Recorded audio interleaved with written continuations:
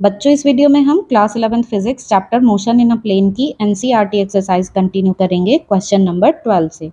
इससे पहले के क्वेश्चंस की प्लेलिस्ट का लिंक बच्चों आपको डिस्क्रिप्शन में मिल जाएगा। तो क्वेश्चन नंबर 12 देखते हैं। The ceiling of a long hall is 25 metre high.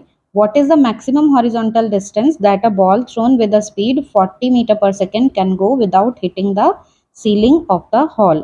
बच्चों, यहाँ गिवन है कि एक हॉल है जिसकी हाइट है 25 मीटर और एक बॉल को थ्रो किया जा रहा है 40 मीटर पर सेकेंड की स्पीड से, इस तरीके से कि वो सीलिंग को टच किए बिना किसी एक हॉरिजॉन्टल डिस्टेंस पर जाकर गिरती है। तो ये हॉरिजॉन्टल डिस्टेंस मैक्सिमम कितनी हो सकती है ये फाइंड करना है। Means maximum horizontal distance R find करना है। यहाँ पर हमें रेंज फाइंड करना है। जैसे ये हॉल का फ्लोर है और इससे इस तरीके से प्रोजेक्टाइल मोशन पर बेस्ड है ना ये क्वेश्चन बच्चों, तो इस तरीके से थ्रो किया गया बॉल को, कितने एंगल पे थ्रो किया जा रहा है वो हमें नहीं पता है। बस ये पता है कि ये सीलिंग को टच किए बिना, इस तरीके से जैसे ये सीलिंग है ना, सीलिंग को टच किए बिना वापस ग्राउंड पर आ जाती है। तो मैक्सिमम हॉरिजॉन्टल डिस्टेंस कितनी होगी ये फाइंड करना है, जबकि हॉल की हमको हाइट गिवन है 25 मीटर।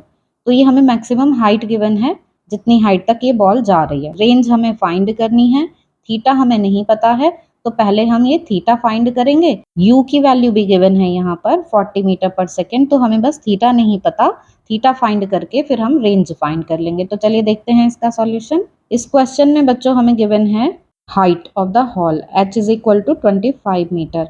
हमें जिस स्पीड से बॉल को थ्रो किया गया है वो u की वैल्यू पता है 40 मीटर पर सेकेंड। फाइंड करना है r, थीटा हमारे पास है नहीं। g की वैल्यू हम 9.8 मीटर पर सेकेंड स्क्वायर ले लेते हैं। तो पहले हम मैक्सिमम हाइट के फॉर्मूले से थीटा फाइंड करेंगे और फिर रेंज का फॉर्मूला यूज कर लेंगे।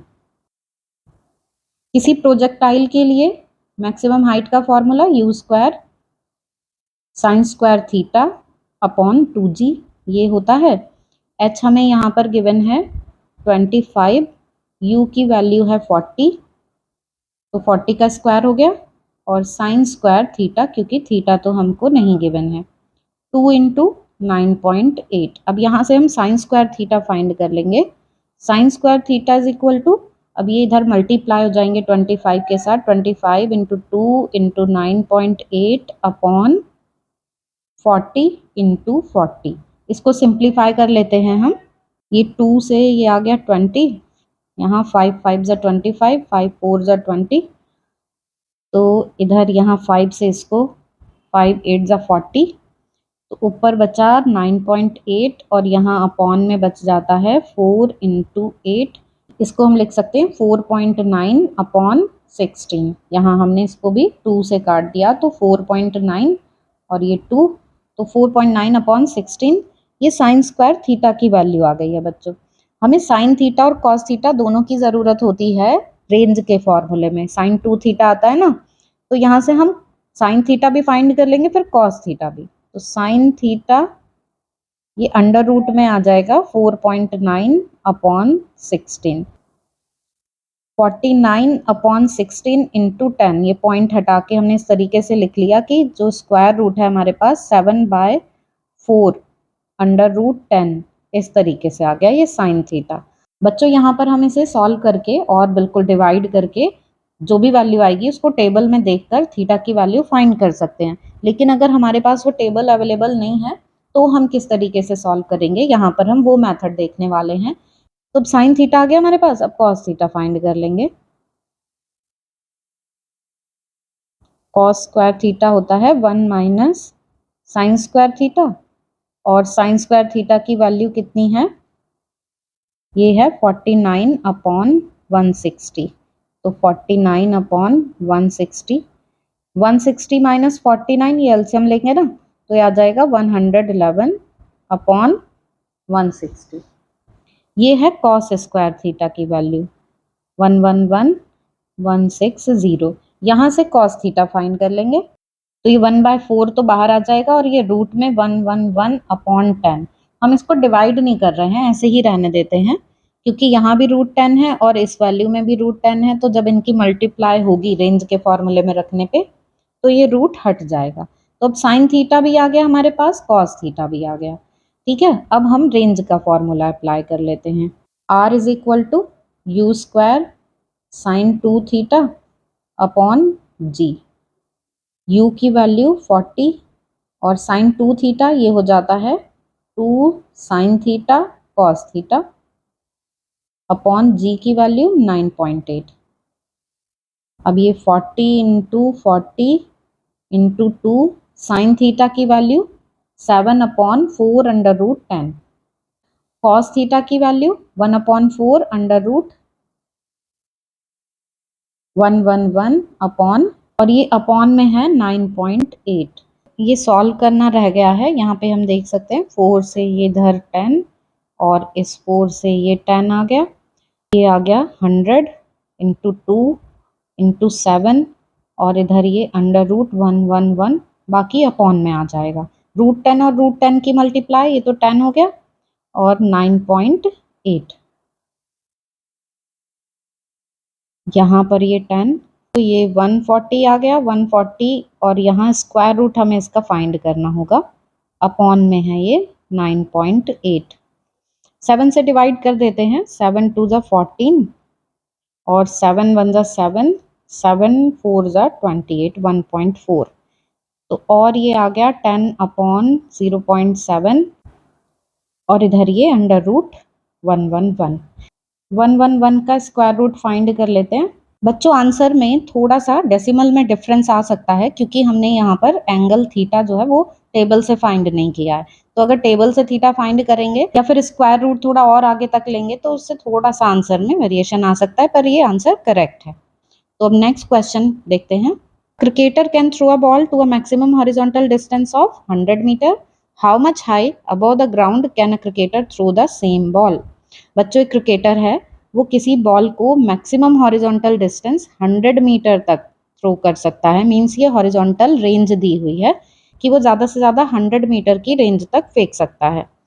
अब उसी बॉल को वो क्रिकेटर कितनी मैक्सिमम हाइट तक थ्रो कर सकता है ये बताना है। तो मीन्स हमें एच की वैल्यू बतानी है कि मैक्सिमम हाइट कितनी होगी, जबकि हमें रेंज की वैल्यू दी हुई है कि रेंज मैक्सिमम कितनी है। तो देख लेते हैं इसका आंसर 0.13। यहाँ पर बच्चों हमें गिवन है क्वेश्चन में आर मैक्सिमम। आर मैक्सिमम का फॉर्मूला क्या होता है, यू स्क्वायर अपॉन जी। अब ये फॉर्मूला कैसे आया, हमें पता है कि आर के लिए फॉर्मूला होता है u square sine 2 theta upon g. R maximum के लिए थीटा की वैल्यू 45 डिग्री होती है, तो 45 इंटू 2 90 हो गई, तो u square sine 90 upon g हो गई। Theta is equal to 45 R maximum के लिए, तो ये आ गया यू स्क्वायर अपॉन जी। इस तरीके से ये फॉर्मूला आता है बच्चों। तो R maximum u square upon g, 100 is equal to u square upon जी।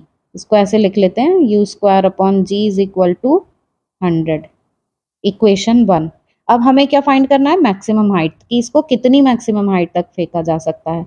तो एच मैक्सिमम, इसका formula you square upon 2g। अब ये कैसे आता है, आप समझ गए होंगे कि h is equal to u square sine square theta upon 2g होता है, और मैक्सिमम हाइट के लिए थीटा रख देते हैं 90 डिग्री, तो h आ जाता है u square upon 2g। Sign 91 हो गया ना, तो ऐसे ही h is equal to u square upon 2g आ जाता है। अब इसमें 1/2 और यू स्क्वायर अपॉन जी, इसको ऐसे लिख लिया। तो अब यू स्क्वायर अपॉन जी कितना है, 100, तो यहाँ पर लिख देंगे 1/2 into 100 from equation 1। Equation 1 use कर लिया हमने, यू स्क्वायर जी की वैल्यू रख दी 100, तो ये आ गया 50। तो एच मैक्सिमम कितना आ गया, 50 मीटर। तो मीन्स क्रिकेटर बॉल को 50 मीटर हाइट तक थ्रो कर सकता है। ये आंसर आ गया इसका। अब देखते हैं बच्चों question number 14। A stone tied to the end of a string 80 centimeter long is whirled in horizontal circle with constant speed. If the stone makes 14 revolution in 25 seconds, what is the magnitude and direction of the acceleration of the stone? बच्चों question के according ऐसे 80 centimetre का कोई string है, उसमें एक stone को बांध दिया गया है और फिर इसको तेजी से ऐसे गोल गोल गोल गोल घुमाया जाता है। तो जब इस तरीके से इसको सर्कुलर पाथ पर मूव कराएंगे तो जो ये 80 सेंटीमीटर है ये क्या हो जाएगी, सर्कुलर पाथ की रेडियस जिसमें कि स्टोन मूव कर रहा है। वर्ल मतलब ऐसे सर्कुलर पाथ पे तेजी से ये घूम रहा है। तो अब क्या क्या गिवन है हमें क्वेश्चन में, ये आर गिवन है, कांस्टेंट स्पीड है, 14 रिवॉल्यूशंस में टाइम लगता है 25 सेकेंड्स का। ठीक है, तो एक सेकेंड में कितने रिवॉल्यूशन, इसकी हेल्प से हम फ्रीक्वेंसी फाइंड कर लेंगे, एन की वैल्यू फाइंड कर लेंगे फ्रीक्वेंसी। एक्सेलरेशन बताना है कि एक्सेलरेशन कितना होगा, तो देखते हैं इसका सॉल्यूशन। बच्चों ये यूनिफॉर्म सर्कुलर मोशन पर बेस्ड है क्वेश्चन, तो उसी का फॉर्मूला अप्लाई करेंगे। 3.14 क्वेश्चन में बच्चों हमें क्या गिवन है, radius r is equal to 80 centimetre, इसको हमने मीटर में कन्वर्ट कर लिया 0.8 मीटर। अब फ्रीक्वेंसी फाइंड करनी है हमें, frequency n is equal to number of revolution upon time, कितने टाइम में इतने रिवॉल्यूशन हो रहे हैं। ऐसे भी देख सकते हैं कि 25 सेकेंड्स में 14 रिवॉल्यूशंस, तो 1 सेकेंड में कितने, क्योंकि फ्रीक्वेंसी क्या होती है, number of revolutions in 1 second, तो इसलिए टाइम से डिवाइड कर देंगे, तो 14 अपॉन 25 रिवॉल्यूशंस, तो ये n आ गया फ्रीक्वेंसी। हमें इसमें फाइंड क्या करना है, एक्सेलरेशन, तो acceleration a is equal to R omega square formula होता है। ओमेगा यहाँ पर एंगुलर वेलोसिटी है, तो हम ओमेगा की वैल्यू रख देते हैं 2 पाई n, ओमेगा 2 पाई n होता है ना, तो ये ओमेगा की वैल्यू रख दी। तो अब 2 का square 4, pi square R N square, pi रख देते हैं हम 22/7, क्योंकि यहाँ पर 14 है ना इसलिए, तो 22/7 ये पाई की वैल्यू रख दी, इसका भी स्क्वायर होगा इसलिए 22/7 ये 2 बार लिख लिया हमने। r है 0.8 और n की value 14 upon 25, 14 upon 25, n square है ना। अब यहाँ पर 7 से ये 14, 7 से ये 14 कैंसिल हो गया, तो अभी ये आ गया 4 और यहाँ 2 और 2, तो 4 4 जा 16, 16 इंटू 22 की मल्टीप्लाई मीन्स 484, 22 का स्क्वायर, इधर ये 0.8 और अपॉन में 25 का स्क्वायर तो 625। अब 16 की मल्टीप्लाई 484 में कर देते हैं, ये मल्टीप्लाई करके आया 7744, इसमें अभी 0.8 की मल्टीप्लाई होगी और फिर 625 से डिवाइड करेंगे, ये आ गया 6195.2 मल्टीप्लाई करके, और इसको अब डिवाइड करना है 625 से, तो ये डिवाइड करके आ गया 9.91, और भी आगे आएगा तो हम 9.91 तक ही लिख ले रहे हैं। क्या फाइंड किया है हमने, ये एक्सेलरेशन, तो एक्सेलरेशन की यूनिट मीटर पर सेकेंड स्क्वायर, तो ये आंसर आ गया बच्चों। इतना एक्सेलरेशन बनेगा किसी स्टोन को अगर किसी 80 सेंटीमीटर की स्ट्रिंग में बांधकर तेजी से इस तरीके से घुमाएंगे कि 14 रिवॉल्यूशन 25 सेकेंड में प्रोड्यूस हो रहे हैं, तो उसमें इतना एक्सेलरेशन रहेगा। तो बच्चों क्वेश्चन नंबर 14 तक हमने सॉल्व कर लिए हैं। इनसे रिलेटेड आपके कोई भी डाउट हो तो आप कमेंट सेक्शन में पूछ सकते हैं। इससे आगे के क्वेश्चंस नेक्स्ट वीडियो में।